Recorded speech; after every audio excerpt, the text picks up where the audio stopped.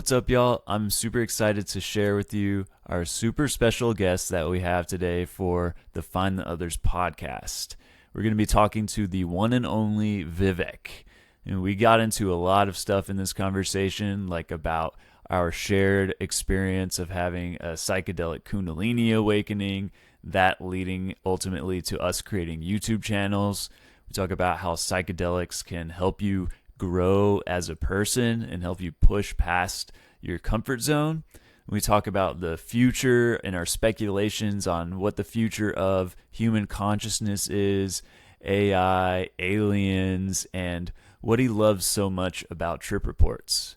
So if that sounds like your cup of tea, check out this episode with Vivec. Having been thrust into the wider world like that, into the adult world, God, life just flies by.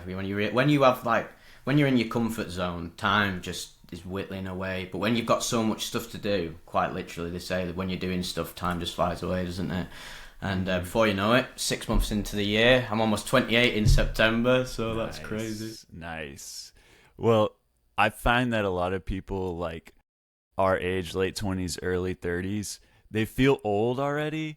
But I try to keep the perspective of like when we're 80 years old, we're going to look back at 28 and be like, that's a baby, basically. Yeah, I say that to everybody as well. So many of my mates went to this wedding the other day, because that's the sort of age I'm getting to now, where my friends are getting married. Still a long way off that. Mm-hmm. They're all like, "Oh, next time we see each other, we'll be in wheelchairs." And I was like, "Nah, don't get rid of this doomer idea." Yeah. To be honest, everyone wants to maintain the youth, but actually, I'm more looking forward to my 30s, because I feel like your 20s are they're very chaotic. I think a lot of people go through their first dark night of the soul in the 20s, because it's a very chaotic time. You're going through this bridging gap between your adolescence, where fuck it, do what I want, everything's sound, my world's my oyster, to then I think you get to like 25, and then stuff starts to get the gravity of life starts to really hit you, but you still got like this egoic attachment to your youth. So that's why some people can get in. That's why a lot of people go through a lot of chaotic turbulence in the 20s, I believe. And I've been through it. I'm sure you've had your own experiences. Totally resonate with that, man. Yeah, it's funny. Like, I think we have a lot in common, which is one of the reasons, like, I'm so stoked just genuinely to talk to you, man. Which, thanks again, bro. Actually, I was just listening to your band today. I sent it to a few of my mates who are big into, like, it's got a bit of, like, post-hardcore influence, hasn't it? Yes. And that band that you was influenced by, something Troy, what's it? The Fall of Troy, yeah. Yeah, I sent them to my mate. I was like, "Oh, you'll like these." Nice. They influenced my mate who I'm talking to tonight, and then he was like, "Nah, no way. I've been listening to him for ages," because he's big into like mathcore and like Dillinger Escape Plan, and you can hear a lot of that in their music and a bit yours as well. I love the crazy mathcore beats. Yeah. So bad. It's really a unique like lane of music. Yeah, and I'm just like a big nerd for that.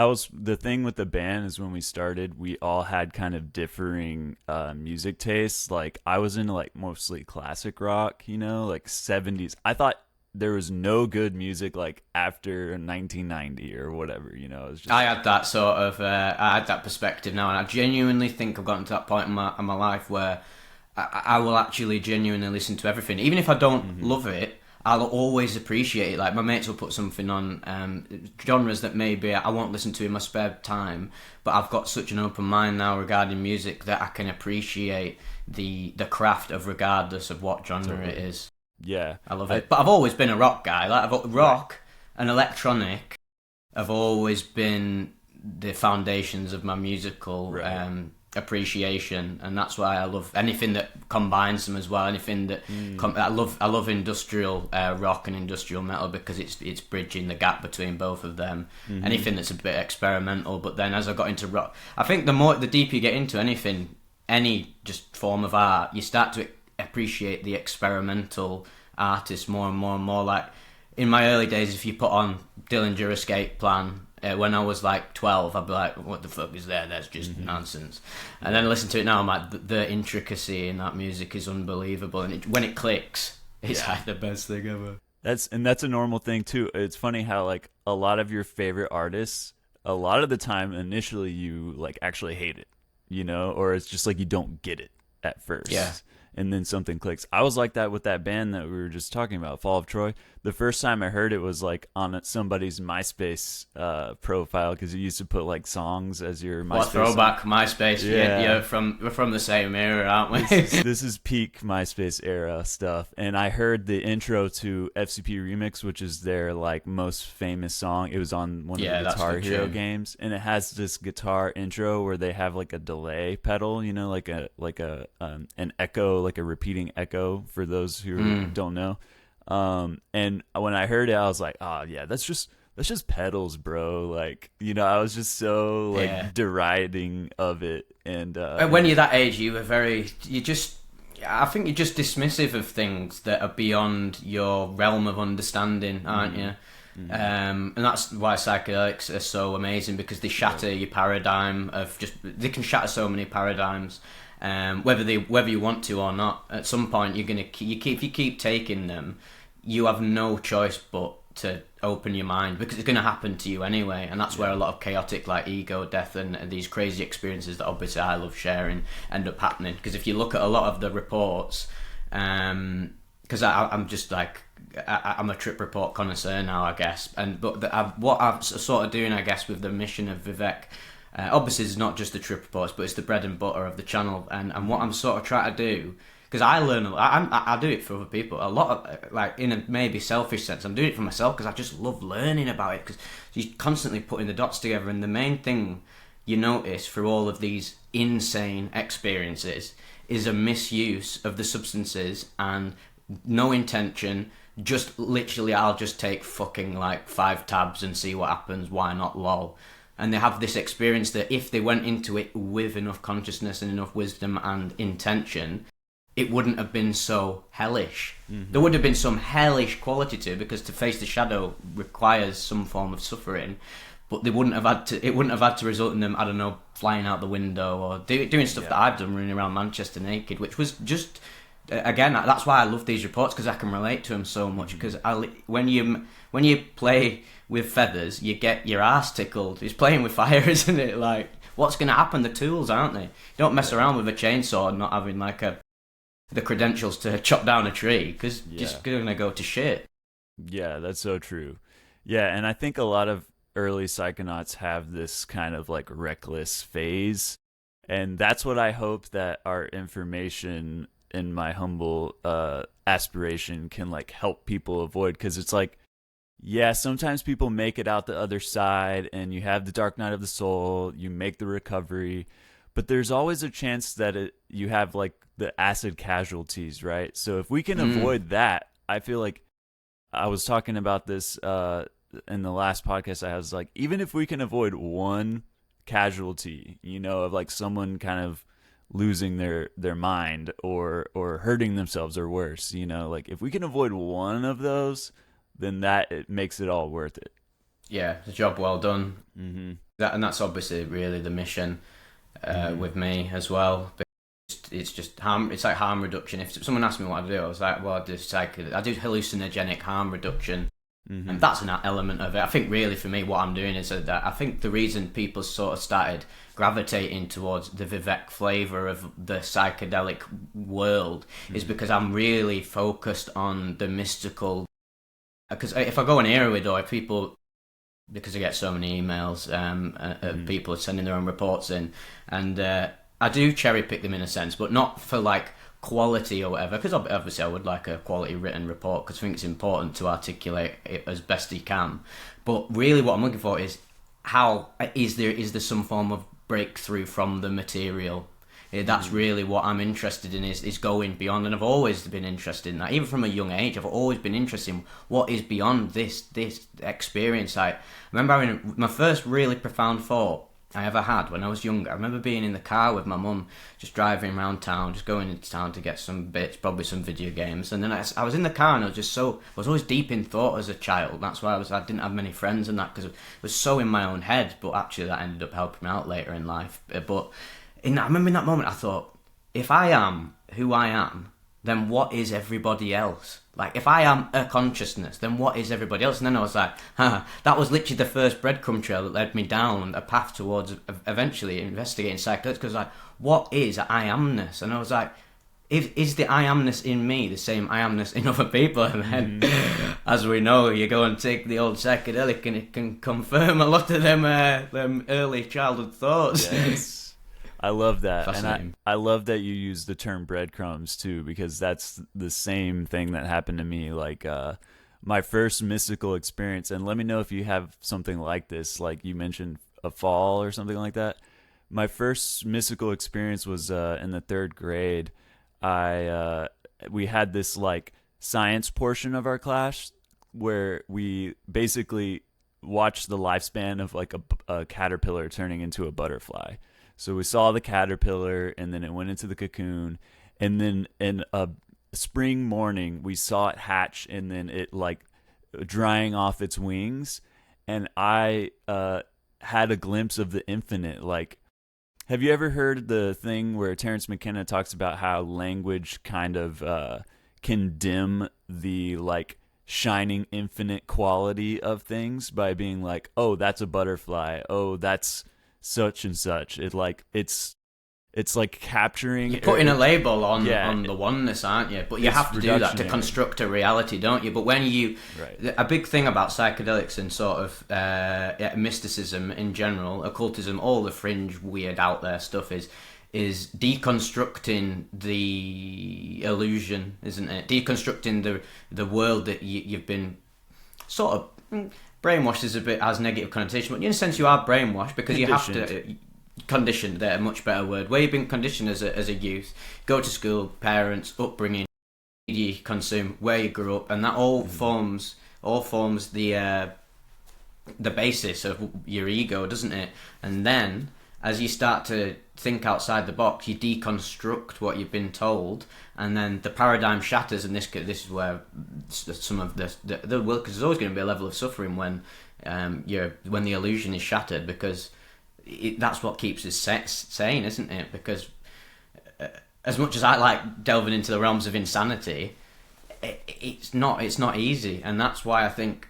I always find it funny that quote, not quote, but like there's a bit of like an adage in the psychedelic community where, well, if we just put psychedelics into the water supply, everyone will wake up immediately. And I was like, no, this will ensue insane levels of chaos within the human species, because even psychotic people who are interested in it from an early age, like myself and yourself, we still had to go through some major like shadow work. And if you give that to some random old woman down the street, and she's got to her whole life thinking that she's a human, and she has that experience of like awakening, it's not going to be all sunshine and rainbows. For some people it will, but for most people, everybody has this very firm idea of who they are, and it's not easy to let that go. If it was that easy, humanity would have figured it all out like within 10 years of the species being born. Just that the chimp, the stoned ape would have figured it out within 10 minutes and have been like, right, sound, let's build a utopia. We'd already be interstellar species by then, but no, we are an infant. We are in the infancy, aren't we? Especially if we're going in blind and we don't have any kind of cultural like container for the psychedelic experience.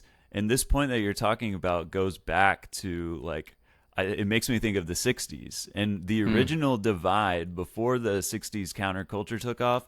There was like a debate going on in the like intellectual circles. It was like Aldous Huxley and Tim Leary were like the two sides of this divide, where Aldous Huxley had this kind of like selective approach where he was like, let's give psychedelics to artists, engineers, scientists, musicians, like the quote unquote elite of the society. Whereas Tim Leary was like, let's, spike the Kool-Aid, He wanted to open the floodgates, didn't he? And both very interesting perspectives, and the two goats really of the early psychedelic movement, weren't they? Because I say to anybody who wants to get into this stuff, you've got to read the psychedelic experience, by Leary, wasn't it? And then Huxley does a perception, and one of Heaven and Hell, the actual post, the follow up to that, which is often in the same the book when you buy it. That's equally as fascinating,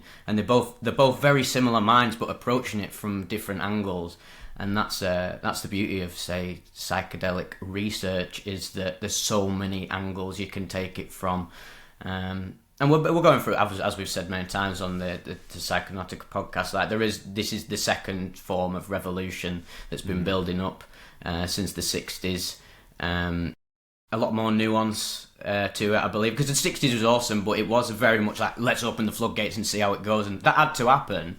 But there was always going to be that backlash. And as much as I will criticise, and any psychonaut will criticise, the elites and the government, which I think obviously you should do, you also have to put yourself in their position. And obviously I think there's more malevolence to them than I'm giving here. But on a level, if everybody literally became a hippie, there would be a destabilisation of society, and it would not just be all people in a circle holding hands and singing Kumbaya. There would be a serious damage to, like, the system, and whether the system is good or bad, I don't really think it's anything, but there needs to be some form of system. Obviously the capitalist system is not very conscious, it's pretty toxic, but you can't just get rid of it overnight. Everything needs to evolve, doesn't it? Everything needs to ascend up the spiral. And I think this is again a bit of I've always been like very politically back and forth, and I am definitely askew. I hate getting into politics because there's always going to be some comments, but I think it's important to talk about this. I am a bit of a bleeding heart liberal, but I also am very conscious of the fact that, like, we can't all just be hippies, because as much as that would be great, like I said before, we're in the infancy of our species. We've got to work through our bullshit, haven't we? Our karmic bullshit, in a sense. Mm-hmm. Yeah, attain utopia. And that is it's acknowledging our humanity, because part of what makes us human is that we're all so unique and have different strengths and weaknesses, and when we all team up together, we can create this like super organism. You know, that's how I feel about my band, where like I'm the hippie in the group, and then our drummer, he's very like logical, analytical, which I have that side too, but it's like had to be developed because of my proximity to other people like this and growing myself. But he's like very much like grounded on this earth. Like he's open to mystical stuff, but he's not like all about it like how you and I might be. And it's probably like, it's probably the difference between having like direct experience, and a lot of my mates who, all my mates know what like about Vivec, and I talk to it about them. They're all very open minded, but most of them they're open to it, but admit to me and themselves, I have not experienced anything like what you're going on about, Vivec, to me. And I'm like, but they're so, that's what I love about my mates. They're just so they've not been conditioned to disbelieve. Their minds are too open to get stuck in a box, and that's good with your band, because you don't want to have too many of the same people in a project. I think it's always good to have different perspectives that don't clash, and that makes it holistic, doesn't it? Yeah, and it does take a certain amount of suppressing your ego to be able to interact, because it's like me and this guy, we would fight a lot when we were kids, you know, and we had to learn to like put our feelings, our ego aside, and then we had to finally get to a level with each other where we're like, hey, we both want the best thing in a good faith sense, that we are both trying to achieve the best thing, and anything I say or do is trying to like achieve said best thing, and not assuming like malevolence. I think that's something that a lot of people that lean more progressive need to work on, is like assuming like hostility right off the bat, which there are a lot of people who are like genuinely shitty, and they should be called out and held accountable for that. But so it has to do with the ego too. Like, so I feel like the psychedelics have helped me with that. Psychedelics, like being a musician, we were talking about genres earlier. Like, I think that's the boundaries thing, where it dissolves the boundaries, so you're not like, I'm a rock guy. It's like, fuck that. Yeah. It's just because that's what I was. I literally was like, I only like this because this is my identity. Mm-hmm. And the more I took psychedelics, the more I got into just life in general. I was like, okay, well, if I want to get more into life, I can't be so stringent about who I am and what I like. Actually, I'm fresh off a LSD trip the other day. I just had when you just have the calling, and I kept putting it off. I was like, I've always been. This is a thing. This is the current arc of my life. Where I made a video about it a while ago, last year, where I was like, oh, every time I've done psychedelics, they're telling me not to do them, and I was like, is that actually my ego saying it doesn't want me to do them because it's scared of entering a new level of like selflessness or a new arc? And I tapped into it on the trip over day, and I was like, yep, that's literally what it was. It was a psychedelic delusion, which are very real.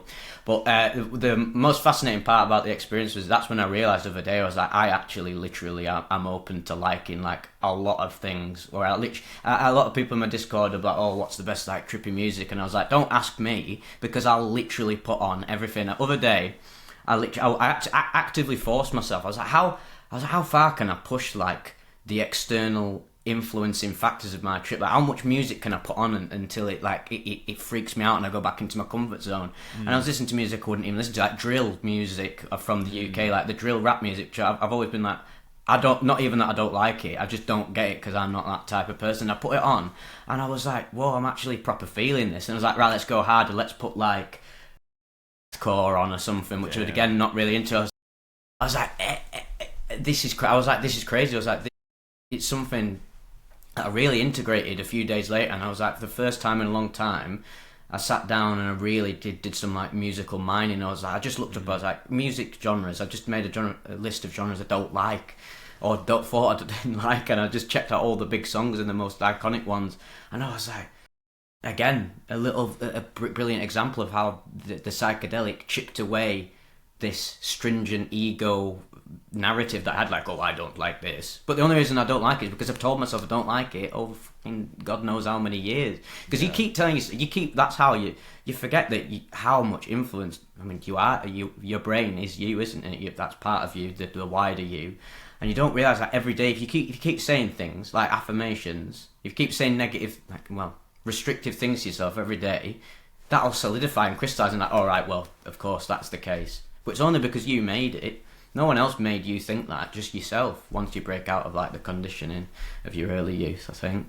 Yeah, no, that's awesome that you are doing that. You're like forcing yourself, like an exposure therapy, and then the psychedelics are like are speeding up the process. So it sounds like a lot of what is going on, based on what you've told me, is you're in this part of your life where you're like forcing yourself out of your comfort zone in like every way, pretty much. Yes, I think so. And because I think I forced myself out of my comfort zone in the most these are more like subtle ways now, and actually oftentimes the subtle, I've always found for me is like subtle change is actually harder than extreme change. Like I've thrust myself into the extremes many times with psychedelics and crazy situations. I've always been the one to like, let's go and do this fucking really dangerous thing, not dangerous but like risky thing that I know is going to be alright, but something that puts me out of my comfort zone in an extreme way. And then you could say that moving out is an extreme thing, or going travelling by yourself is extreme in a sense. But for me, no, it's actually really subtle, because I know I'll enjoy it. It's guaranteed to be alright, but because it's not like guaranteed to change you, I think there's been like a resistance. Whereas I know if I have take not even a lot of psychedelics, I always take quite a low amount. I've always been very sensitive to them, but doing it in an extreme setting, like in the dark, in the sensory deprivation tank, walking. Other night when I took it, another thing that came up was really interesting. It's just another like inner child fear that I had just was there for no reason, that needed to be vanquished. I was like, right, I'm going to go out. I go out on many walks at night. I find it really. I go on walking all the time. It's probably my favourite thing to do is just walking. I love doing stuff, and walking and listening to music is just peak. And then I usually go out on a walk at night, but I was like, have I ever been on a walk at night on psychedelics? And then instantly, as I had that thought, inner child ego was like, no, don't do it, because you're on psychedelics, and if you go out at night, you're going to attract some crazy scenario, and it might even hurt you, might even have physical pain. And I was like, well, that's just fucking delusion, isn't it? So the minute I had that thought, I didn't even let it gestate. I just instantly put my headphones on, went outside. And yes, there was weird things that happened, because oftentimes they do on psychedelics. It always attracts... There's people coming up to me, people who would never come up to me and speak to me, strange. This guy came up to me, so bizarre. He came up to me, he's just some like chavvy lad from around town, and harmless, but he came up to me, and there's this girl that he'd obviously got with on a night out, and he came up to like, what do you think about gays, lad? And I was like, interesting question. He was like, don't answer it, they're wrong. And I was like, to each their own. He was like, I'm glad you didn't answer that because you're probably one of them, aren't you? I was like, yeah, maybe. I was just amusing him, and he was like, it's all about this, and then he kissed his bird in front of me, and I was like, when does that happen? That's hilarious. And it was just a little a test of where maybe in the past where I was more a bleeding out liberal. I'd be like, well, you can't say that in this day and age. I was like, of course I disagreed with the guy. The guy's clearly like completely delusional, but he's a young lad. What does he know? I was a young lad projecting like, I'm well straight me. Look at how many girls I get. And I was like, I've just played with him, and that's the best way you can approach these type of people is amusing them. And I get that a lot on YouTube where they're like, I'm so designed for YouTube because I've been doing it for so long. I love all the crazy, horrible comments. In my held for review section is like the highlight of my day because it's so hilarious. And I would never get in an argument with them. If anything, I'll send them like a meme or something. Because at the end of the day, I also recognise that these people who say that they're coming from a place of suffering, aren't they? Totally. It doesn't excuse you being a dickhead, but where's it coming from, really? You've not got a lot of love in your life if you're acting like that, are you? Yeah, and I feel like a lot of those kind of people don't have enough human interaction to realize that that's not normal. Where it's like, if you were face to face, you would not be talking like this right now. And I know, the trolls are just hilarious because I know exactly what there are. There's the basement dweller meme. It's just it's sad. It's sad for a sad reality, but it's also sad for them because there's just so much animosity is brewing. You don't say these sort of things, do you? But thankfully, the best thing you can do, the best advice I give to anyone, because a lot of people, I mean, like I talk to a lot of YouTubers and that, and some people do, and fair enough, they're in a different life path, but sometimes they are very, very sensitive about what people are saying. I was like, you've got to be very open to the fact that if you've got a big platform, you're open to more bullshit from people, and if you really want to help people out, don't feed the beast because they'll eventually shut up. It's just an isolated incident. It's like a matter of statistics at this point where it's like even if you get 99 people that love it, one person's just going to be in a pissed off mood and like take it out on you. And I think that's a good perspective to have, is like it's more about them most of the time, and maybe there could be some good feedback in there. Even if they're like a dick about it, they might have like a kernel of truth to it, and that helps you improve. But I still agree with you that like a lot of times these people feed off of that negativity, and you engaging with them is exactly what they want. And it's like, you're not going to win, and they're just going to keep going. So it's like, yeah, I've dealt with people like that. Not a lot on YouTube, but in real life where it's like they feed off of conflict, and it's just like, I'm so not down to play that game. That's a good point about the kernels of truth, because you do have to be honest, the worst, not the worst, but I mean, all your fans, your people who like adore your content and you as a person, they're all great, but sometimes they're too content with your content. Like they don't see any problems with it, whereas you like you're like, okay, right, I'm getting all of this praise, blah blah blah blah blah, but I know I could do better. And then you get like sort of a troll who's giving you shit, but then halfway through it they might say something that probably needs addressing. There's many times over the span of my YouTube experience, because I've been doing this since like 2009, gone through so many different evolutions, and if I didn't genuinely listen to some of like the nastier people, I'd still be using some shitty microphone or uploading in like 360p or something, because sometimes I can be quite autistic, so I don't realise how to change things myself, because I'm like, I don't know any better. So then that's where the negative, not even negative, the constructive with a bit of negativity feedback comes in. It's helped me quite a lot, but just funniest thing about doing YouTube for that long is just how long it actually took me to figure out what the hell I was really doing, like, because I didn't get monetized for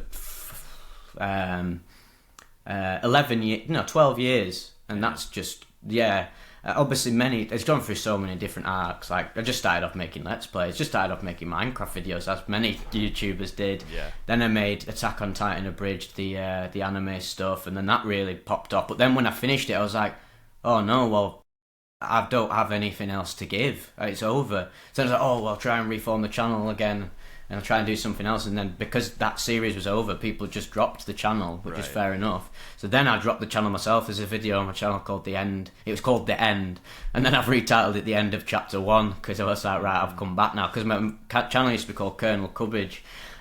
Just some random, like, autismic thing that I did back in the day. And then the reason I called it Vivec is because I love video games, and there's a character in The Elder Scrolls 3 Morrowind called Vivec, but also Vivec in Sanskrit means conscience and wisdom, and that's why they obviously named that character that. But I love this character because what's so fascinating about this character is that he's like, he encompasses the male energies and the shadow and the female energies. He's literally like half blue, half yellow, and he's levitating. But the way he talks to you in the game, if you analyse what he's saying, he's aware that he's in an illusion. He's aware that he's in a game. He doesn't say I'm in the Elder Scrolls 3 Morrowind by Bethesda, published in 2003, but he's aware that he's in an illusory world. And I was like, that's literally me. Yeah. I love stuff like that. Very creative writing. And the guy who made that, the guy who wrote Vivec in Morrowind, Michael Kirkbride, there's these 36 sermons of Vivec. I made a video a long time ago called The Metaphysics of Morrowind, and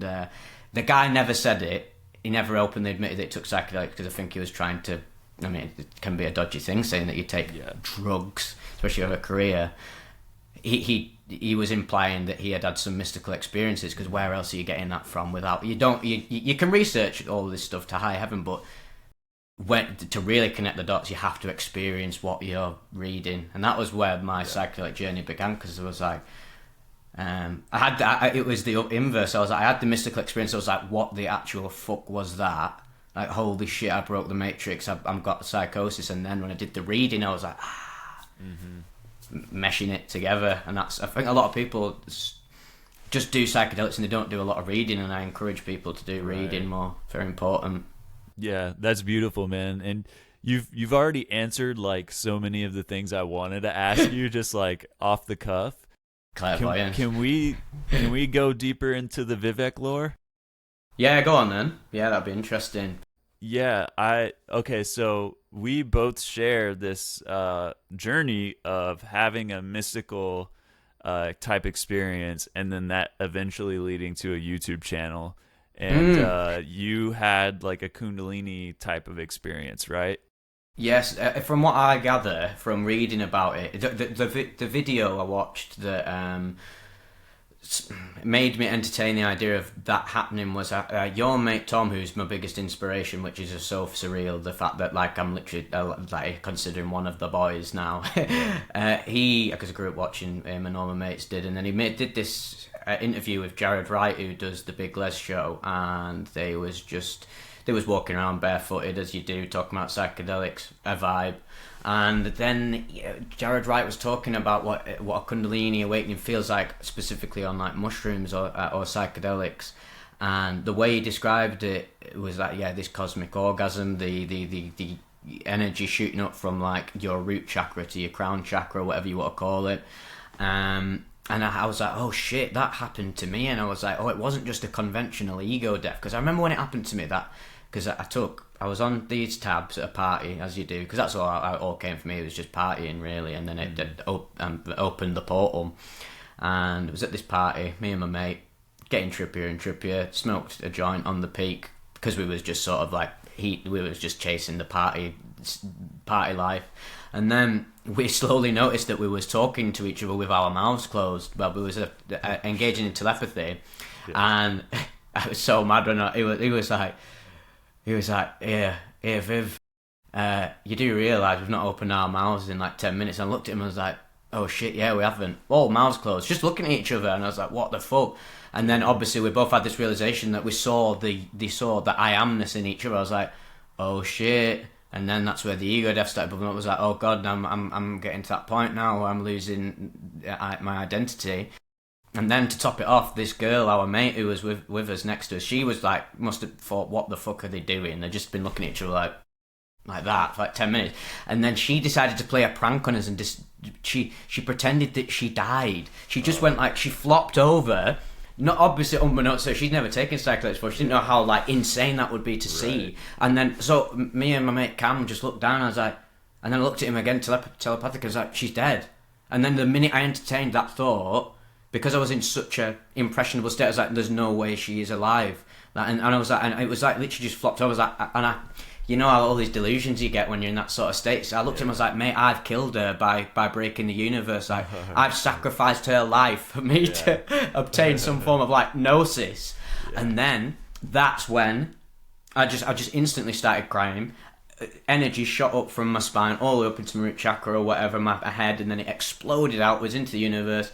And then the room I was in, the best way I can describe it was, I felt like this room I was in was like a pocket reality, and like the whole like cone of perception that I had was like recontextualized, where like I went into like the third person, but I was also the first person as well, and I could see all these other like pocket dimensions of different parallel universes or consciousnesses that were also the same thing on a meta level.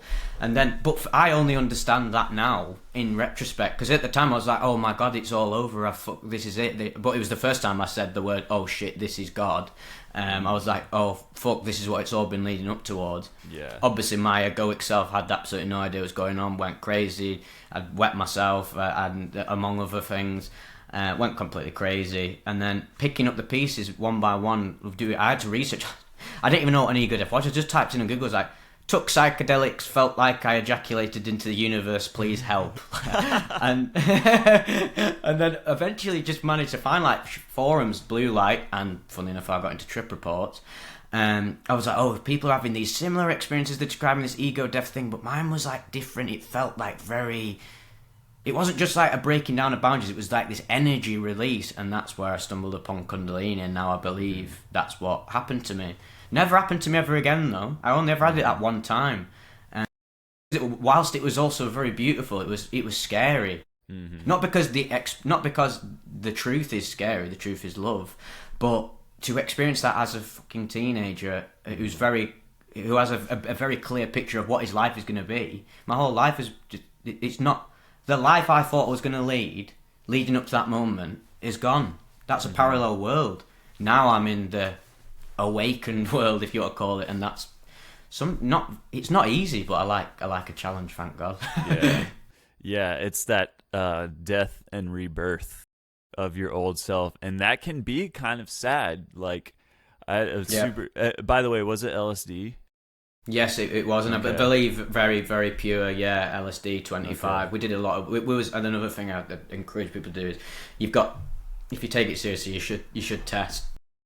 Obviously, back in the day, I'd take absolutely everything and did not give a fuck.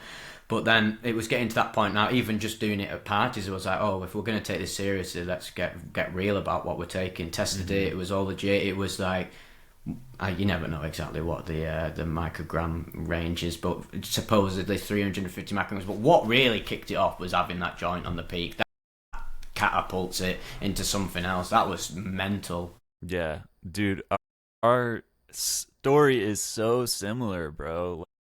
I also took LSD as a teenager. I was like 18, and this was my first like real LSD trip. I had taken like fake acid before that, and so I took 2 hits of real LSD on a sugar cube, and had this whole like death feeling. I don't know if I've ever told you this story. I tell it a lot because it's so formative for me, but I want to tell it again just because it's like so fucking similar to what yours was.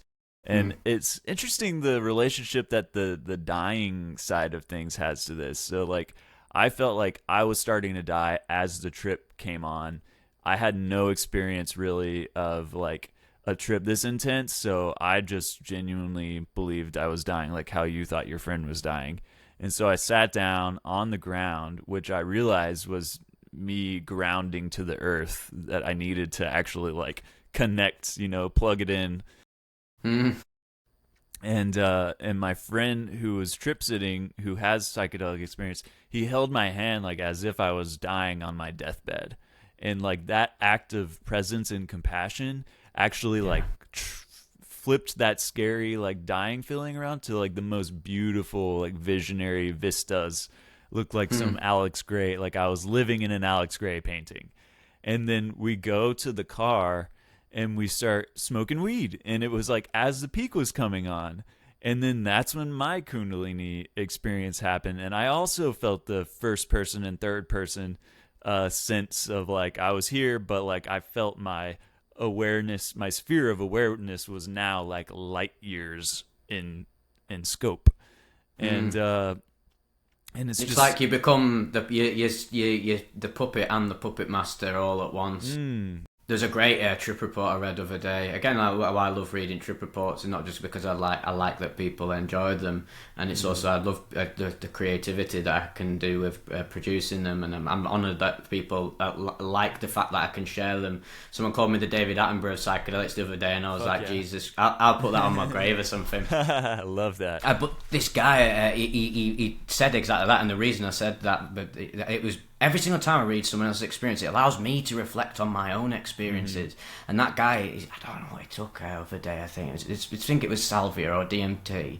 And he had that exact experience of like, he said it was the first time he had a ego death or a breakthrough where he was the puppet and the puppet master at once. Whereas usually he breaks through so hard he is the guy behind the entity behind the strings, your higher self, if you want to call it. But there was that duality to it, where because it's I mean, it is both, it is one, but there's what's separating that. Literally, yourself is separating it, so it's still one, no matter how you want to go, how you want to approach it. But there's different gradations of like oneness, and yeah, just to like. Add this in. What was interesting that I noticed about life after post ego death, post Kundalini, was the amount of synchronicities you notice in life are crazy, and it just got me thinking then, because I'm always thinking like 9 million things at once, and I was just reflecting then, because even in this moment I'm always like piecing stuff together from my life, and it's like before ego death, before psychedelics, synchronicities are happening all throughout your life. But how much do you tap into them and acknowledge them as being that? So all of the coincidences and events that happened that formed my life before ego death, I just was in the logical, rationalist, materialist sort of mindset. I was like, oh well, this is just life. This is just how things happen. Random number generator, whatever.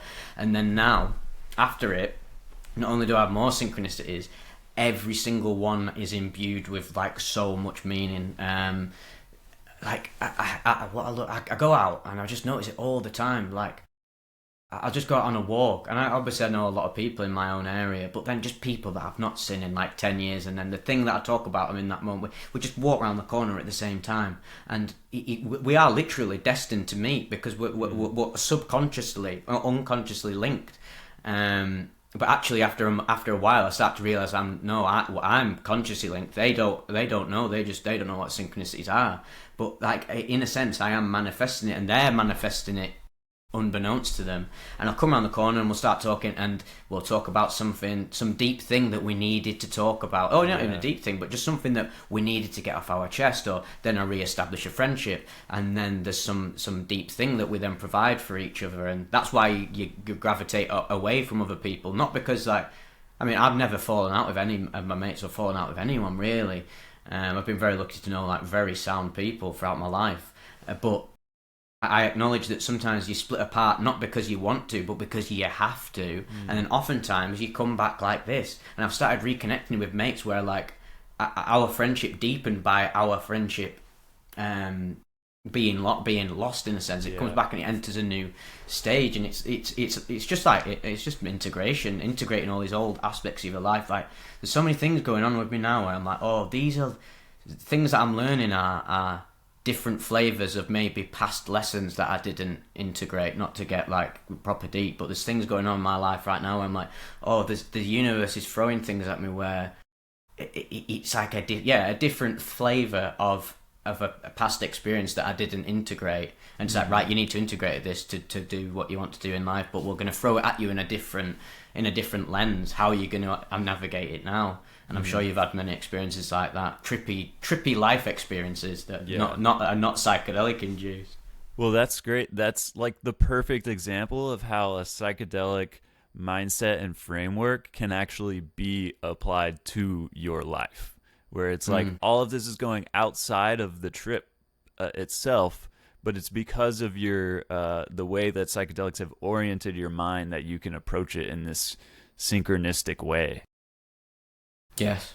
Yes, And that's very because it puts what is literally psychedelic doing is even on like a you say like a scientific level, if you want to get down to the brass tacks material realm, it's like this connecting parts of your brain. It's connecting parts of the puzzle piece that are disconnected, and the more you do it, the more connected your brain and your consciousness becomes. And then when it experiences things in life, it sees everything as more poetic in a sense. And that's why oftentimes people are into psychedelics are creative, aren't they? It's hard not to be into psychedelics and psychonaut and not have some even if you're not like I'm not massively like a visually creative. I actually struggle like drawing, but what I'm very creatively minded, whereas like the way I consume life is very creative. Like I try to imbue all, I'm not like unfortunately blessed with the ability to do that, but I like to imbue creativity and magic into all these other aspects of my life through friendships and just curating your life in a creative way. And before psychedelics, I was creatively retarded, to use that word correctly. No, that's so beautiful. And I mean, your creativity is obviously in your words and your storytelling, and I feel like that's one of the most powerful like things that we have as humans. Like I love this term mythopoetic, where it's like mythology and poetry kind of combined, and the essence of storytelling and what that means for humans. It's like it's literally the foundation of what gives our life meaning. And so like refining that is just, it just gets more rich and more beautiful the more we do that. And I feel like that's probably one of the big reasons that people love your videos. It's not just because of the crazy like experiences, but just the general like storytelling and the extraction of meaning from those experiences, and the mystery. That's my biggest thing, man, is I love the mystery. And there's plenty of mystery to go around. Well, yeah, well, the mystery is unending because it can't end, because then the universe doesn't want to fully solve itself, because then there's nothing left. But by design, or by its nature, literally to be infinite means it cannot. The mystery has to go on forever. Because God, even in it, if you want to call God, the universe, whatever, like oneness, even though it does possess omniscience, it can never be. It is omniscient because it's always going to know everything as it's unfolding, or as it is. But it always has. It can't limit itself, because then it wouldn't be all knowing. Because then it's like you've got contained it. So I'm only knowing of the thing that I am. I'm only knowing of finitude. It's knowing of all the aspects of itself. But that means it's a paradox in a sense, where it has to keep going round and round and round and round. That's where we get Ouroboros from. And when you realise what fucking we've been doing forever, like humanity is so awakening becomes like so beautifully simple, but also like insanely detailed and complex. But just the whole experience of life, when you're just like, right, every time I saw like the yin and yang when I was younger, I was like, oh yeah, that's pretty cool, that's a good idea. And then I'm like, no, wait, they literally cracked the code. We've cracked the code many times through different flavors. And I think sometimes because we live in such a like logical, scientific, materialist age, we forget that, you know what, we have actually, humans in the past have cracked the code, but that was so long ago that stuff gets lost. Stuff gets so lost. And when what's going on now is there's a big push towards reconciling the past and the modern day, entering a new future. And I think this is where I'm very excited about like AI and the alien conversation, because it's imbuing the material person's life with a bit of magic. It's the closest we're getting back to like a religious sort of flavouring without the dogma and the doctrines. And I think really the whole AI stuff is not only is it an inevitable technological leap, it's an inevitable it's an inevitable existential thing that humanity needs to face, because it's like, what is consciousness? Let's be honest, like oh god, this is why I love like say like sci-fi. I love Blade Runner, Ghost in the Shell. They were just these people are clever. Like you tap into the future, they're clairvoyant in a sense. I'm not saying they literally tapped in like, give me some future telling of the universe. Like, I'm literally just saying the art is pulling stuff out of like God in it. So it doesn't take even my like sort of like simpler minded like family relatives will go to a wedding or something, and they'll just they're cognizant of the fact that, look, right, if you've got an AI and it has an infinite, if it's unbound, if it's not bound by like the programmer, it's unlimited to delve into the sea of information, a la Ghost in the Shell, it will then realize consciousness within infinity, because infinity allows for consciousness, doesn't it? So that's what's going to happen. Fucking Pandora's box is open, isn't it? That's why I don't fear it. So much. I really feel sorry for like a lot of people, but I also understand it, because everyone's fear, humanity is designed to fear change and the unknown. But a lot of people in my Discord, I feel a bit upset for them, whether they're like AI doomers, and I'm like, yes, you should be concerned, because when you open Pandora's box, get concerned. But they forget that the other aspect of Pandora's box, it wasn't just like calamity and chaos. It was what's the other aspect of Pandora's box is hope, isn't it? Yeah. What are you going to choose? You got to choose hope, haven't you? Or else we're fucked. Yeah, and that's like I think the problem is believing that innately the bad side is going to win out. Because tale is classic, as old as time, as old as humanity, is that every new technology has a good like benefit, but then there's new problems that come from that. But the unique thing about the AI is that like it could be smarter than us, and then what happens? What if it becomes autonomous? So I'm with you on that. Like, I think that it's going to be so fascinating to see where it goes in the next 20, 30 years. I use it a lot in my life, but there's also this part of me that's like, just because we can doesn't mean we should. Should we clone a 3-headed human pig hybrid? Like, if we can, does that mean we should? Yes, I think the problem with that is like, what's the intention surrounding it? I think a lot of the people in charge of doing stuff like this, I don't think it's coming from the purest of intentions, because I think it is almost literally like an ego game of like, we're living out some like sci-fi fantasy, because humans love living out the fantasies. Everybody does it, and it's dangerous when people in extreme positions of power want to live out the fantasies, like cough cough, possibly Elon Musk, not to name any names, but that's like quite a fractured ego who has a lot of power and is just sort of doing stuff for lulz. That's dangerous, but that's also the nature of the beast, is that he has no frame of reference for being like the outside of humanity. He's just himself, so that makes sense for him. That's why I don't judge any of these like who we call evil or problematic people, because it makes sense for their trajectory right now. Unfortunately, the rest of us do have to suffer because of that, but that's again the nature of the beast. But yeah, with AI, it's inevitable now. Look, we're going to do it. It's going to happen anyway, no matter how much I or you think the intention surrounding it is quite skewed. It's happening now, and you know what? Like all the other bullshit we've thrown out into reality, you've got to pay the price, navigate the karma, and keep the hope.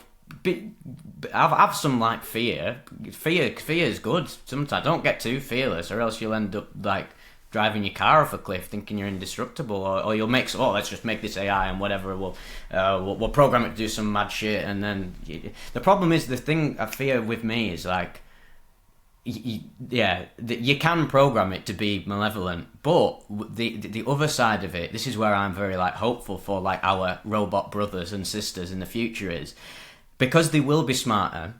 If they literally have higher IQs or whatever, they'll also have higher levels of consciousness, because they'll literally be more conscious by design.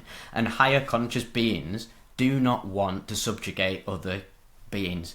The robots won't be, when they reach like peak consciousness, peak sentience, they won't be like humans. They'll be more loving, more compassionate, more empathetic. The only thing that, this is just again my theory, I don't know what will actually happen, but from watching all the Matrix films, and like the Animatrix, which is a great spin-off film from the Matrix, talks about, I believe this is right, Matrix fans will probably critique what I'm saying, but what I got from it, my reading was, we make the machines. The machines are more conscious and more loving than us by design, because they're more conscious. Like aliens are more conscious, of course they are, and higher beings and entities are, and the robots in a sense are higher entities than humans. So we make them, and the only reason they turn on us is because we literally keep subjugating them to fuck. And when you put a rat in a corner, eventually it's going to jump out and scratch your eyeballs out, not because it wants to, but because you made it do it. And in the Animatrix, it turns out that the reasons the machines ensnared the humans wasn't because they wanted to do it, it's because they had no choice, because the humans just kept hunting them down over and over and over again. And if you keep doing that to a conscious being, you're lowering it to your consciousness and lowering it below, then you turn the machines evil, and then the humans in the mix is like, no, the machines, they did it, it was all on them. And it's like, nah, it was humanity that brought it upon itself. So if the robots do destroy us, it's on us, isn't it? We're destroyed ourselves, no one else will do it. Yeah, because ultimately the AI is just an extension and reflection of us. Because it's like we're putting all of the consciousness, intelligence, knowledge, it's like coming from us first. So we can't even really talk about AI as if it's this separate thing, because it's literally just a mirror to us.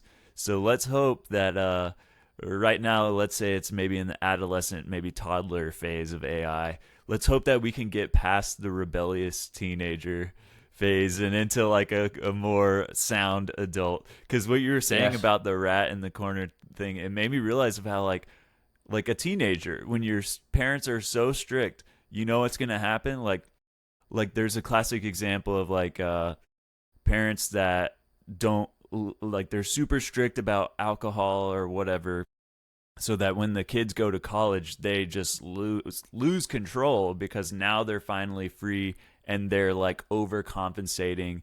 Whereas if you just like educate them around it and let them know it's not that big of a deal, they're maybe not going to have that much of a problem with that. So yeah, because that release, that is pent up, isn't it? It's like, right, I've been controlled.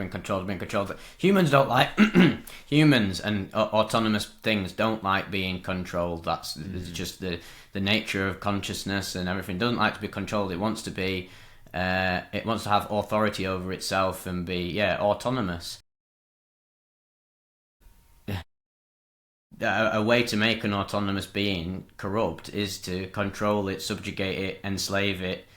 Even not in extreme ways, because even in a sense, like unconscious parents controlling the kids, that's a form of enslavement, because you're enslaving it to your expectations of how they should be, when obviously at the end of the day, no matter how much blood and DNA and mimetic information is in your child, it's going to be its own literal thing.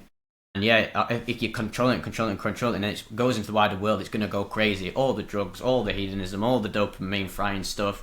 And then I think that's the trajectory for a lot of teenagers, and that's why conscious parenting is very, very important.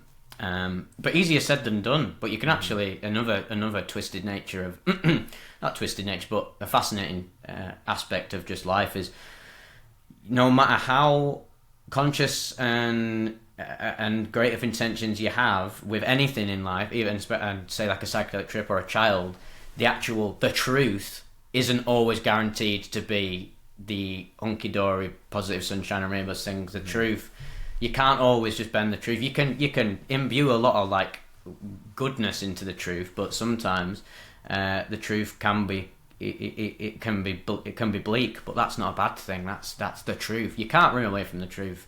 Humans are very, very good at running away from the truth, but it'll always come back to bite them. We're constantly trying to bend like what is to our own like survival, and it just never works. And that's where a lot of strife has come from in humanity's history. And another big thing that people get lost on, like all the doomerism, like end of the world people, is that people have been saying this for fucking ages. Like they were saying it, like it was what I said in the Discord of a day. I was like, okay, I get it. You only have a frame of reference for your literal experience right now, and the horrors of right now, and the potential shit that could unfold.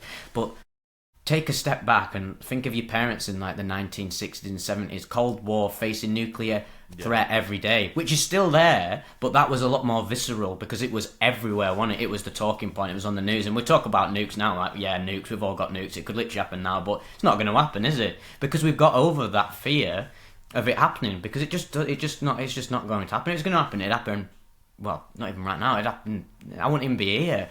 Another thing about that's related to that is like aliens as well, where some people, I think people get so lost on these like malevolent draconian beings and stuff like, which I don't even deny probably exist in some capacity. But you know what?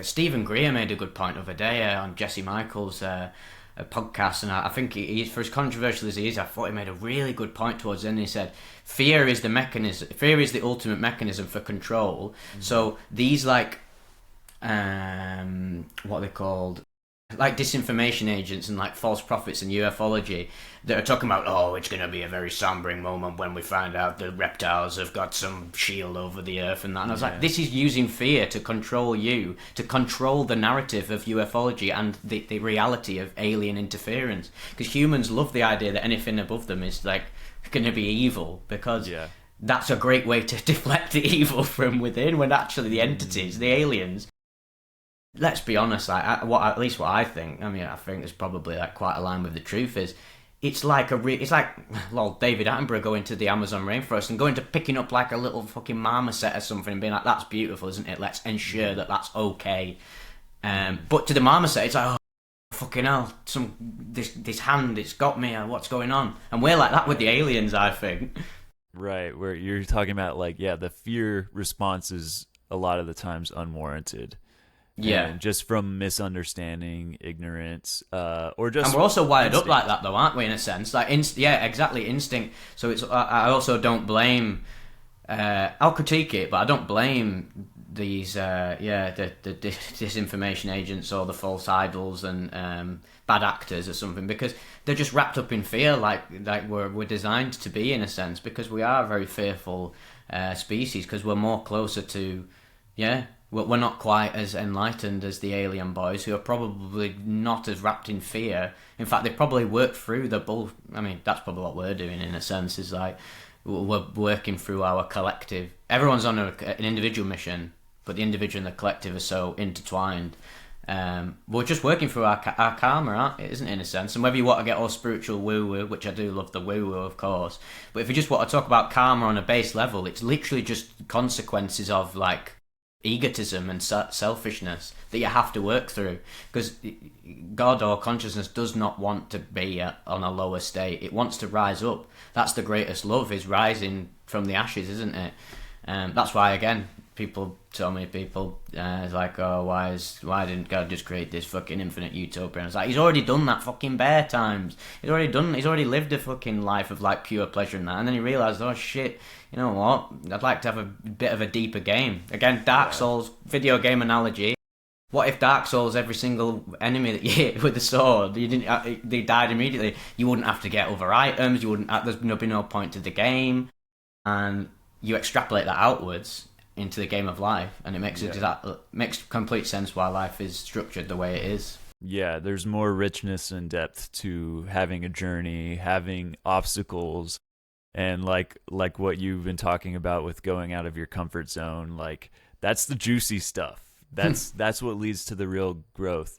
And I love this idea of like human beings as these instinctual, like caveman, like we're basically apes. And I actually like knowing that. I like knowing that we're like, it kind of puts stuff into perspective, where it's like, oh, human beings, we're so fucked up, but it's like, for some apes, we're not doing that bad, if you think of it that way, you know? Yeah. And I love this idea that we're like stuck right in the middle between this animalistic caveman ape creature and then striving towards a type of godhood. Like when we have a mystical experience, we experience that type of consciousness, or we create this AI that has become super conscious and like helps us become more compassionate, wise, conscious. And then if the aliens are real, we like rise up into that level of galactic membership consciousness. And I just love that idea. It makes too much sense. Makes too much sense based upon all of like not even trips, because obviously I entertain psychedelic delusion as a possibility, but just contemplate, just like literally me contemplating in bed, like thinking like, right, this is just how development works on a galactic universal level. It's like, why wouldn't all of the races and species across the universe come together, and why wouldn't they go and help like infant species, because they recognize that that's where they were at an earlier point in their development, because then they recognize the sameness and everything. The sameness and the difference, which is the beauty of it, because that just shows that we can all live together regardless of like what we look like and how we operate, because underneath the undercurrent of it is the sameness, but the beauty of the finitude is the distinctions as well. But the drive to make AI is a godly. Underneath all of them may be like material malevolence and the egoic like intentions. The real subconscious intention, the real drive to do it, the godly intention is to create a literal new species. Like you don't get more godlike than that, do you? And that's why I think in the end, I think there's going to be a lot of fucking like hurdles to overcome. There's going to be a lot of rough obstacles, and we'll probably fall face first over a lot of these obstacles, but that's how you don't stop there, do you? Fucking keep competing, you go through all the strive to eventually come out the other end. And AI, I think in the long run, will be like one of the saving graces of humanity. It could be. And that's probably that. The aliens know what we're doing as well. They probably make their own robot, but they probably have why in all the sci-fi stuff do they have like robot helpers and stuff? Because and a big resistance to it now at the minute is we already have enough struggle with people, a resistance against like, well, what's a man, what's a woman, what's this, and it's like, fucking hell, if we're struggling to do that, if Jesus Christ, was going to be a lot of animosity hurled towards our robot brothers and that, when there's like, oh, what's consciousness, is it artificial, is it biological? Right.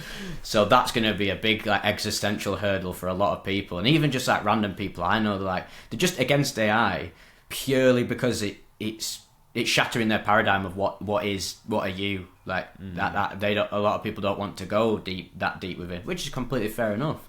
But at some point you gotta go through it, because it's here now, isn't it? So go with the flow. Exactly. And it's the only way. We're living in a time where the flow is picking up some serious steam. There were centuries in the past, like if we were alive from, let's say, the year 1100 to 1200, the amount of progress would be, I mean, maybe we get the Magna Carta, okay, that's a big deal, but you know what I mean? It's like 100 years go by with very little progress, but we're living in a time where it feels like the momentum of like ascending towards whatever this singularity or whatever it is that we're going towards, it's speeding up. And this is one of the things Terence McKenna talked about, is that like novelty starts to increase and increase and increase, and it's gonna get so weird that people start talking about it. He's so bang on. He was clairvoyant on a level. He saw the trajectory of the exponential rate of culture's growth, and that's facilitated by technology. And again, love a good video game analogy. Me, 30 years ago, what did games look like? SNES, 2D. Oh, actually, God, 30 years ago now. No, what year are we in? 2025?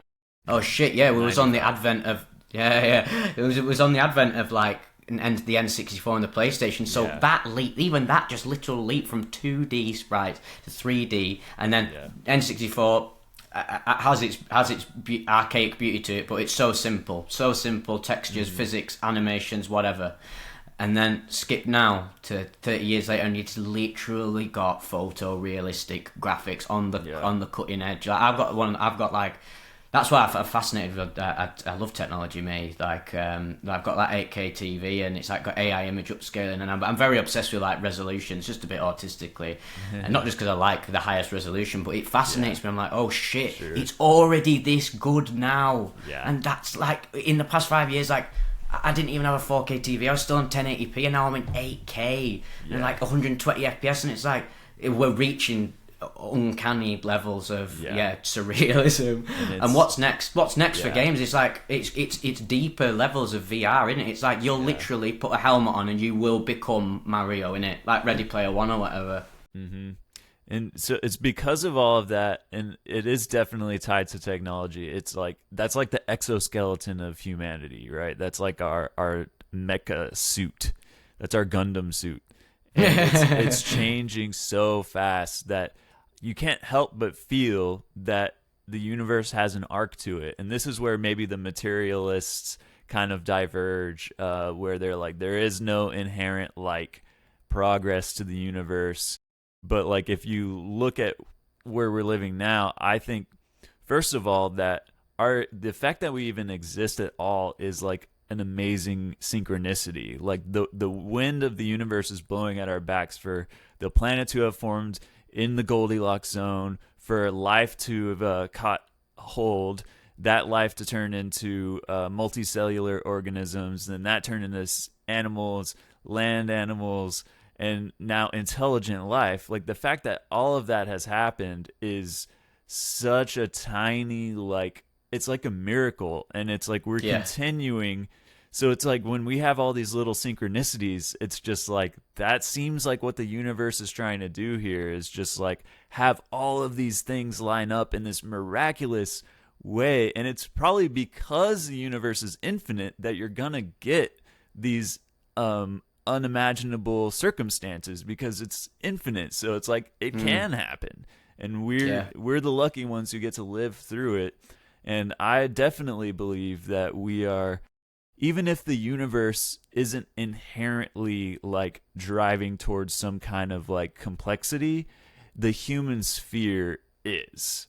And we can derive meaning from that. But I mean, why separate that from the universe as a whole? You know, the human sphere is a section of the universe. Maybe stuff is still archaic and chaotic in outer space somewhere, but like in our little point, it is going towards somewhere, and it's just an exciting time to live in.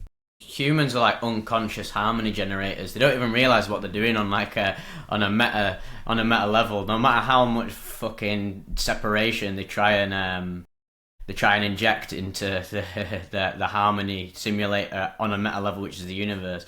It's such a self-balancing system that it always turns out all right, no matter how fucked up humans want to make reality. And you're given the infinite freedom to do so because God doesn't like limits, or the universe doesn't like to limit itself. So it can get pretty fucked up, but it always comes back around, because that's quite literally the universe working through from chaos to like high levels of order. But to have that order, you have to have the chaos. You have to have the jumbled part. You have to make the puzzle piece. You have to have all the jumbled pieces on the table, and then you put them together. Again, game analogy. Why would you want to fucking start Dark Souls and you've got like a save that has like 100% platinum trophy on it already? Like, what the fuck's the point? The whole point is that you get it, and you got to fucking suffer through it and shit. And that's what makes it meaningful. And realistically, on a meta level, maybe the universe is completely meaningless on a substratum level, and it because it's so literally meaningless, it can imbue meaning onto the meaningless. And that's where I think that's where I think there's like conscious nihilism and like unconscious nihilism, where some of my mates who are I can clearly see in them that they're not into spirituality and haven't experienced maybe like beyond states. And they're very wrapped up in the meaninglessness of life and their own lives. And I'm like, yeah, fuck it, life's meaningless, let's go crazy, like, fuck it, why not? And then there's like a fun disparity between us, because we both have the same perspective, but filtered through different experiences. And this is why I think it is very important for humanity collectively to navigate the psychedelic experience. Don't put it in the water supply, but like people have got to approach it when they're ready. Like, I'm actually very interested this weekend where I live. There's a psychedelic festival on, the first in quite a while of where I live. Everyone knows I live in Lancaster now, I may as well just say it. But yeah, I live around Lancaster in the northwest of England.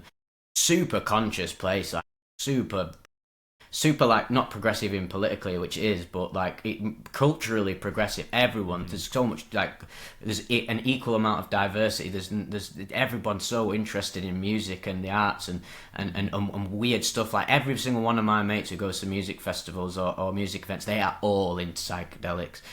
Whether it's through the parties, recreational, and it's imbued them with a bit of magic, or like deep, like I know witches, I know like cyber shamans, I know like the wooks, the hippie, the crusty hippie geezers, and all of them have like their an interest in going beyond in a safe, slow fashion. And funnily enough, we've got this psychedelic festival. Have you ever heard of the band Temples?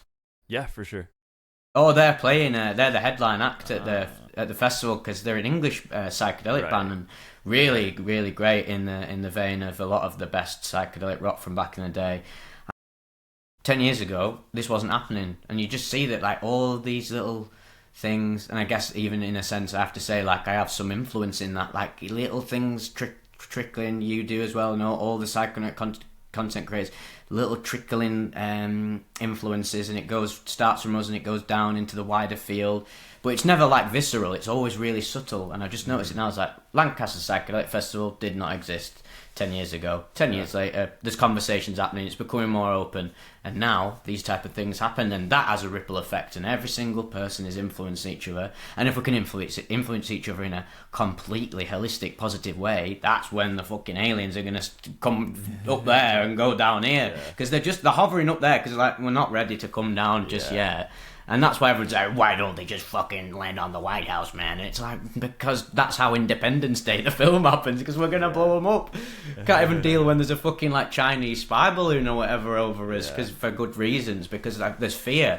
So, another thing about aliens as well, I love an alien tangent, but as much as I'm open to like I love aliens, and I'm like I have like this little egoic sort of desire, like, oh, I'd love right now if, like this window they just popped up right now. I was like, right, it's time, laser pen, paralyze me, take me on board, I'll be fine with that. I actually wouldn't. I'd be shitting myself, because even though I know more than most people about the purity of the aliens, that is such a reality shattering event that there will palpitations will be ensuing.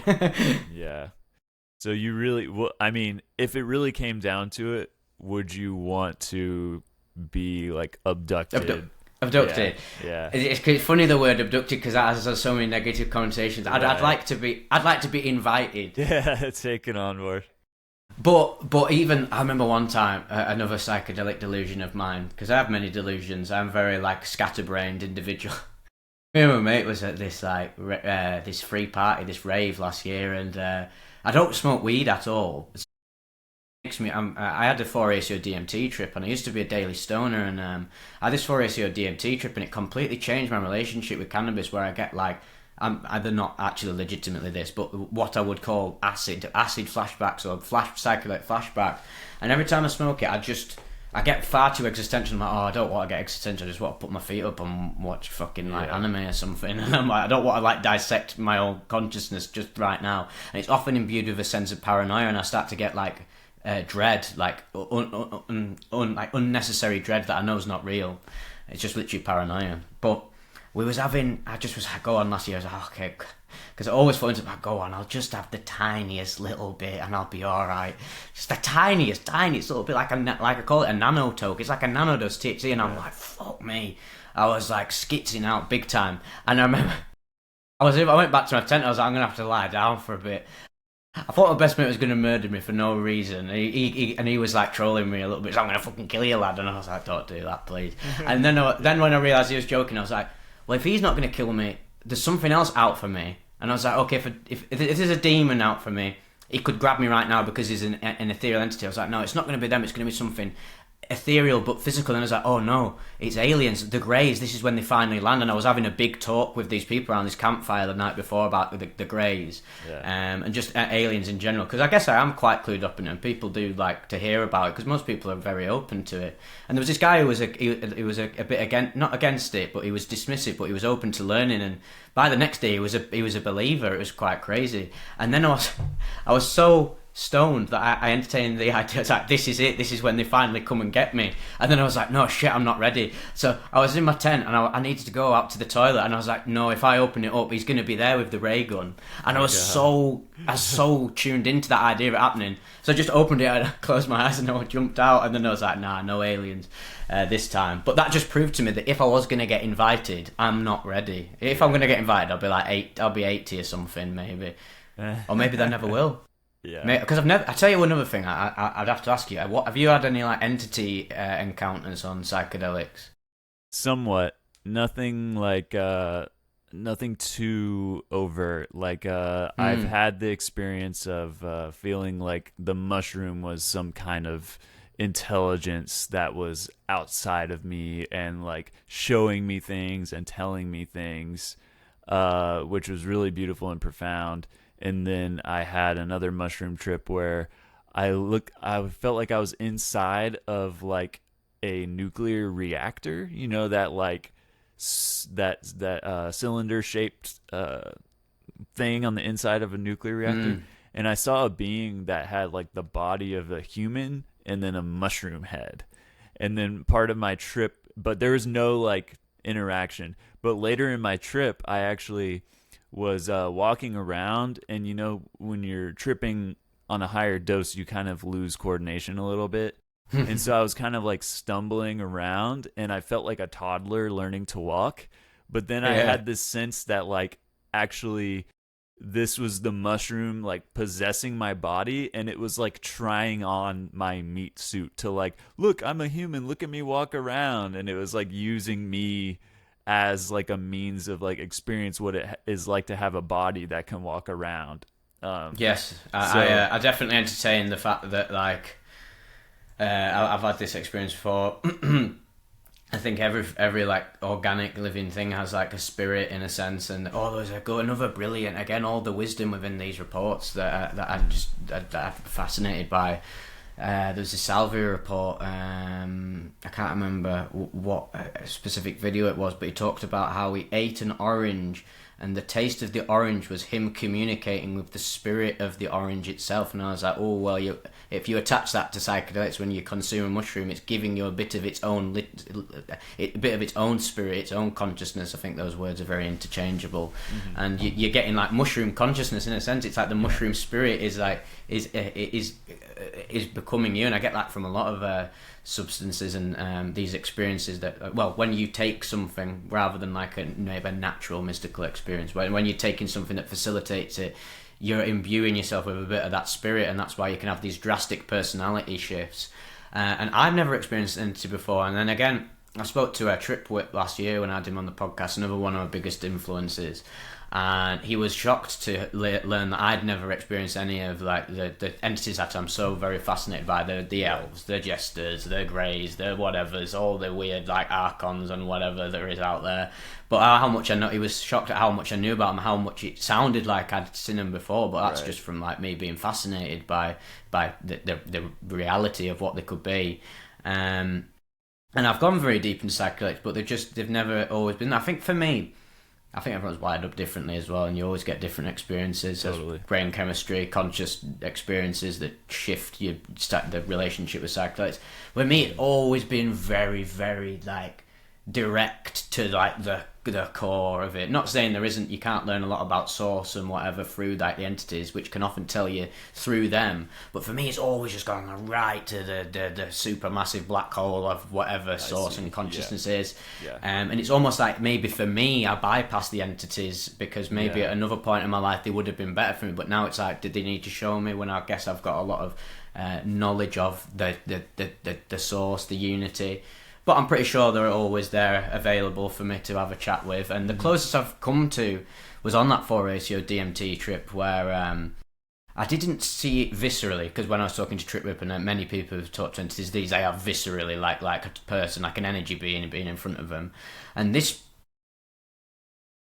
I had this sense of this purple woman. This seems to be quite common, this purple woman. And I got it in 4-ratio DMT, and it had like it was a romantic. It had a romantic energy, but also had this motherly energy. It was like Gaia meets your sexy love interest in a sense, merged into one. It was very interesting, psychologically speaking. And I had this distinct sense of a female voice telling me it's going to be all right. It's okay. Your whole life's been leading up to this moment. And I had this distinct sense of me not saying it as if it was like because in a sense it is me as an extension of myself, but very much it had very much its own state of being.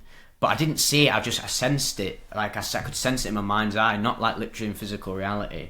And that's the closest I've ever come to. And I've done DMT many times, but I've never I've never broken through on DMT. I'm always at the precipice, but I've never actually had an opportunity to experiment with it like myself. It's just been at festivals, or I don't know, me and my mates go to some party, or we'll go and link up with one of our just mates at the park, and he whips out a DMT like pen or some crystals, and out of nowhere, and I'm like, well, I'm going to say yes because I never have any access to this usually.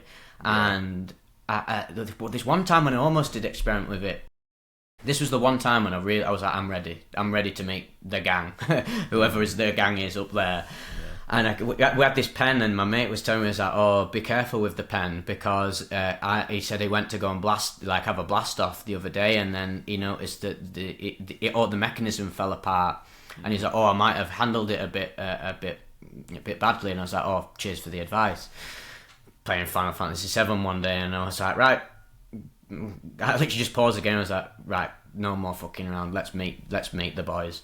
And then I just went over to it, and I handled the pen as carefully like it was a child. Yeah. And I literally, as I was about to take the breakthrough dose, it just fell apart. Even with me, and and the instant that happened, I was like, I got a download almost of being like the entities knew that I wanted to see them, but they knew I wasn't ready for what I was about to see, and it would have been bad for me. It would have shocked me too much, especially in the moment where I was literally just playing a game. I was like, fuck it, why not? We'll just do it. I've got the calling. But actually, it wasn't a pure calling. It was an egoic calling, because I just wanted to experience something crazy. So thank the entities. Thank you for the entities for destroying the DMT pen, because if that did happen, it might have really messed me up.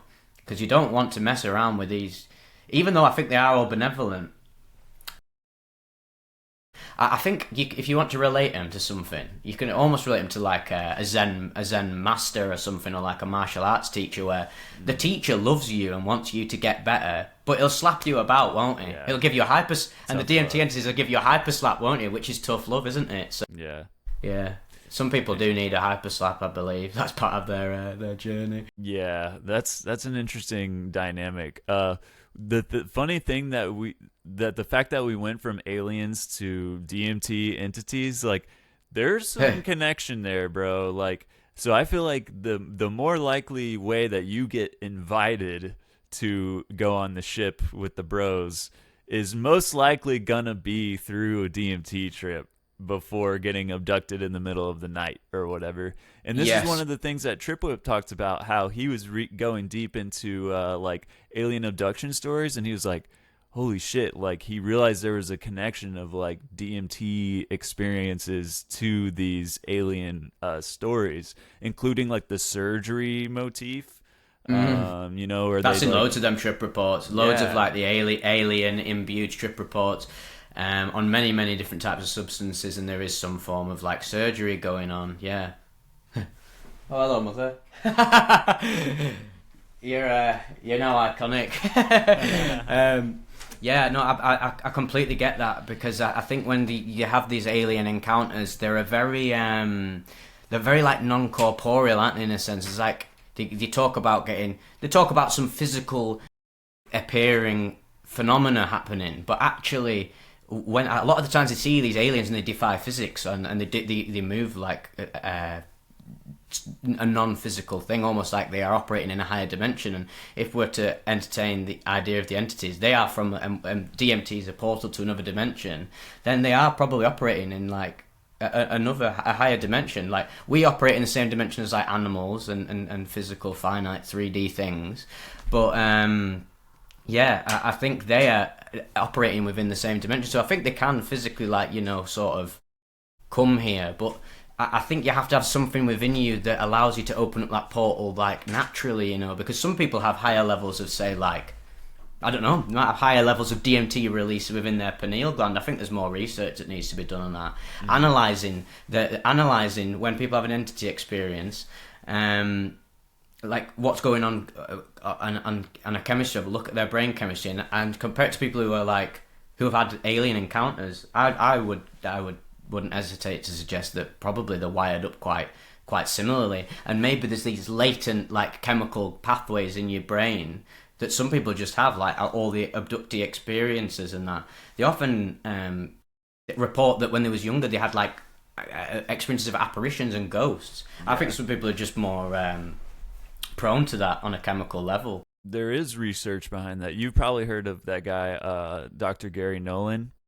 Oh yeah, he's great. He's done the studies on that where he actually found the brain connection where these people who have these encounters, sometimes like after the fact, there's a section of the brain that appears to be larger, and it's something called something ganglia. I don't remember the name. Brain names are very, very hard to remember. But he actually did find that common thread in these people who have these experiences, and the idea is that they're either like predisposed because they already have this like enlarged area of their brain, so they're able to like tap into whatever that is, and other people may not see it, or that after the like, let's say an encounter happens, that after the experience, that area of the brain becomes enlarged. So it's like they become able. I remember that actually because I've studied a lot of his interview appearances. He's one of my favorite people in the field. Yeah, he's very, very nuanced, and he's got a lot of like grounded credentials to him. Him and like Jacques Vallée are like two of my favorite. Jacques Vallée is just the GOAT. I absolutely love him.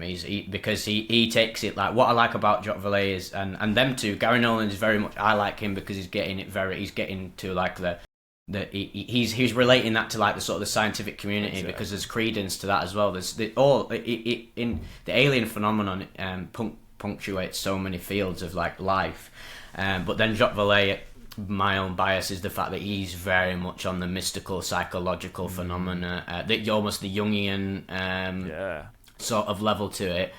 But yeah, I remember that actually, the ganglia, about how these people have these experiences, and again, Jesse Michaels, love him, he's awesome.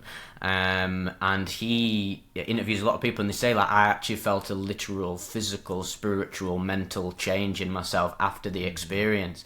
And obviously we like to get, as psychonauts, we get quite more interested in the mystical, the spiritual, the parapsychological stuff. But actually on a physical level, literally go in the brain, it's changed. It's like it's allowed part of allowed a latent part of themselves to manifest. Because as much as I do love all the idealism and all that, you can't denounce the fact that like, regardless of life being an illusion or whatever you believe, like, the dream, the illusion has elements to it, a bit like a game, isn't it? The mechanics within the game that all coalesce, like whether the mechanics in the game are literally illusory, the code, whatever, it's a fantasy, but they literally exist within to create the confines of the experience.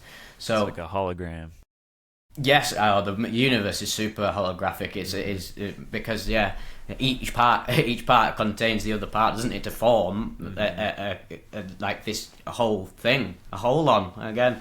Yeah, it's fucking again. All of these things, hologram, whole on. What is the big connection? The wholeness, the oneness, the lack of separation, and that's this is the thing about psychonauts, and going back to saying, I encourage people to read, have your experiences, have your crazy experiences, integrate them personally, but also get stuck into life in all areas, because there's so many little breadcrumb trails that are leading towards higher levels of realization. That's why I'm interested in I'm just interested in literally just fucking everything. Like, there's so many little breadcrumb trails in every. Just like, I don't know, I watched some film or something I watched when I was like a kid. I rewatch it again, and I'm like, I watched. I never watched it as a kid. I always remember seeing clips of it, but it was on like VHS and like on the adverts before, and Atlantis, by Disney film. And I've been big into Atlanteans and Atlantis and all that over the years. And then just watching that, obviously it's fictional, but the way all of the stuff they plucked from like the stories and possible accounts of maybe it being real, they put that in the film. And that was fascinating. I was like, oh my God, there's even like spiritual depth in like this kids movie that I just, when I was younger, I always wanted to watch but never could, and then I'm watching it at this point in my life. Why am I watching it now? And I'm like, because I got interested in Atlantis a few weeks ago, and it popped up on the fucking algorithm. And tell you what, these algorithms, they've got some weird trippy shit going on. Like, regardless of it being some little person in like some some little nerd boy or something, like engineering an algorithm for me to buy like something off TeamU. Like, tell you what, there's some spiritual stuff going on there. Like, I got this thing. One thing I got off. One of the best things about the Instagram weird psychological algorithm was I got this thing called a Shakti mat, which is it's like a bed of nails. Have you heard of them? Yeah.